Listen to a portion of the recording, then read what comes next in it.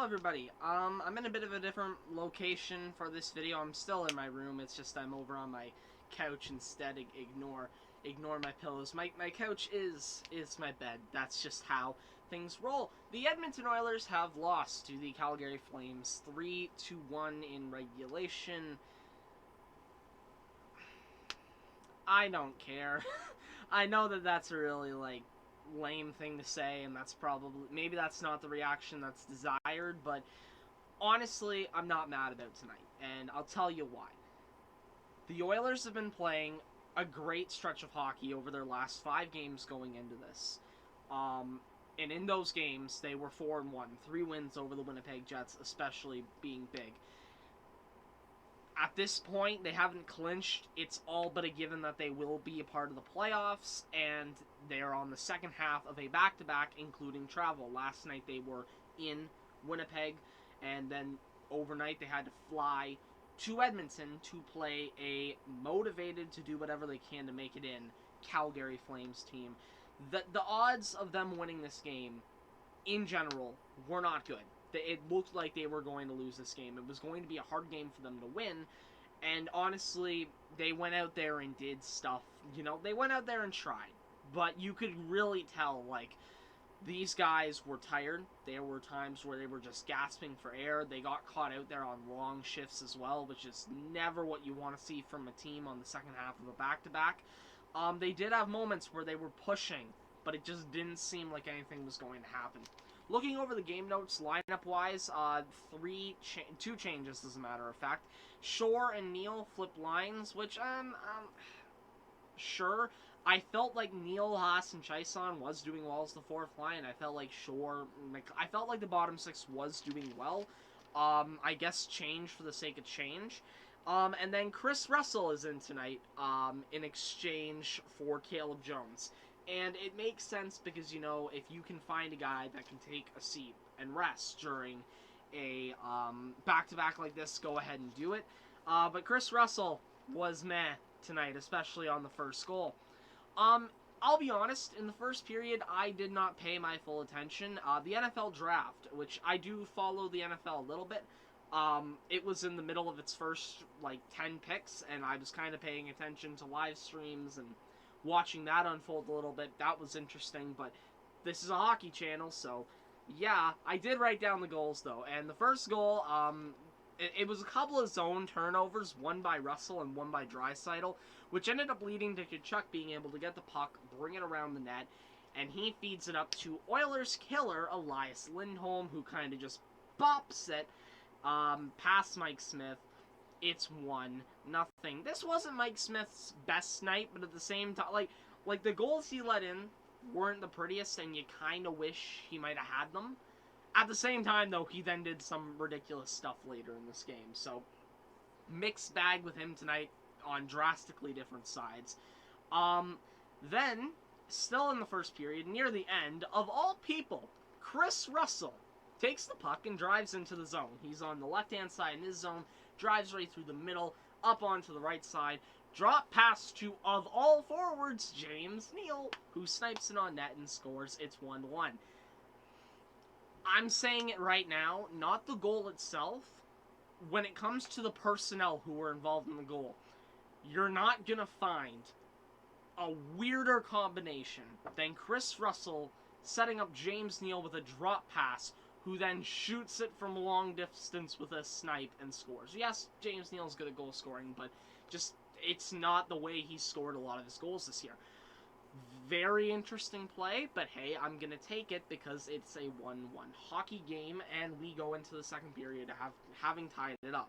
In the second period, we get a penalty chain. Genuinely, one of the weirdest sequence of penalties I've ever seen in my lifetime. They refused to call anything in the first. Then they called Brett Ritchie interference in the second. Okay, sure, why not? That gets negated about halfway through by Barrie taking a tripping call.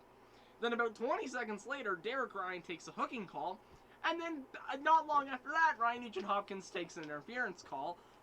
And that leads to things, but nothing actually ends up happening. All of that resulted in nothing. I wrote it down, and I still had to write the word nothing. What just a bad payoff. Then later in the period, in the zone of the Oilers. Calgary wins the draw. Anderson ends up getting the puck at the point, takes a slap shot, tipped by Oilers killer Elias Lindholm. 2-1 Calgary. Again, this is one where I wish Mike Smith might have had it. You look at where the goal went through. Like, yes, it was a weird bounce, but it almost looked like he was right in the way of it. You know, it's one of those goals you wish they had it just because it was low. Yes, it was a tip, but it was a low shot that he seemed to be angled up pretty good with. You kind of wish he was able to get it. He's not able to. It's 2-1. And then from here, we really don't have anything crazy to talk about. Neal gets a breakaway. He just can't get it past Jacob Markstrom. The Oilers just getting kind of pampered pretty much for like a 3-minute period in the second period. And I just write here, the team is tired. I'm not really mad about any of this. Dylan Dubé takes a goaltender interference call. Flames get a 2-on-1 during this penalty kill. And then you get the saved, which I love. The save is incredible. Don't get me wrong. Immediately throw it into the tainted memories pile, as even with that save being made, I knew in my head this game was not going the other way. This game was indeed already over. So, great save by Mike Smith. Arguably save of the year. There is a legitimate argument for Mike Smith getting some sort of recognition goaltender-wise at the end of this season. Just because, maybe not to many people that seems preposterous, and believe me, if you had told me Mike Smith was going to put on an incredible campaign where people were going to start saying the word Vezina when he played, I would look at you and I'd say, Game 1 Chicago. But he's doing it. He's doing it at that old of an age, and it's great to see. And then from here, you don't really have anything else. The power play carries over into the third. Nothing happens. Markstrom is stopping a lot of shots, and we're right there, but we just can't seem to finish. This game is done. I write it again. And then another 2-on-1 allowed by the Oilers. This time it's Tyson Barrie who's back. Lucic takes the shot. He thinks it might have went in. A couple people thought it might have went in. On the ice, not us at home. We knew it didn't go in, but on the ice, few people might have thought it went in. Tyson Barrie was like, "Oh my gosh, Superman swipe," and he couldn't, and it was Dylan Dubé who pots the goal. It's 3-1. Tkachuk then takes a boarding call right after. Nothing. There's not enough gas in the tank. They pull the goalie for like 3 minutes, and the Flames can't score the empty netter. Oilers can't get a goal. Final score, 3-1. Again, I'm not mad about this one. I'm not, because you could tell out there this team was drained. And if I'm being honest, I think that this is a bit of a reflection about how my mind and perception of the game has grown as the year went on, because I know there were a couple of times this year where we had back-to-backs and I was heavily judgmental of the team, saying, "Oh man, they need to play better." They've played a lot of games in a short amount of time. Ever since that Winnipeg game, that first Winnipeg game was on Monday. They've played 3 games in 4 days. That's not going to slow down. They have a lot of games to fit in. Most of them against a battered Vancouver team, but still, it sucks to lose it, right? You want to beat Calgary. You want to win a Battle of Alberta. We're gonna have another chance to. We're going to have another opportunity to win, I think on Saturday night, but I'm not sure. It might be later. This is an okay... I'm not... screw it. It's okay to lose this one. This is one where we can afford to lose it, and I'm not going to be mad about us losing it, because really, again, we were tired. This is an insignificant game, unless, we end up having, a 1 point or 2 point difference between third and second place. But to be fair, if there is a 2 point or 1 point difference in between this and second place, if the Jets do pass us again, it's not going to be because of this game. Yeah, all in all, I felt the team, it's not really fair to grade the team tonight, because if I'm being honest, they were all so tired that you can't really even sit here and go after them, really. I guess my MVP,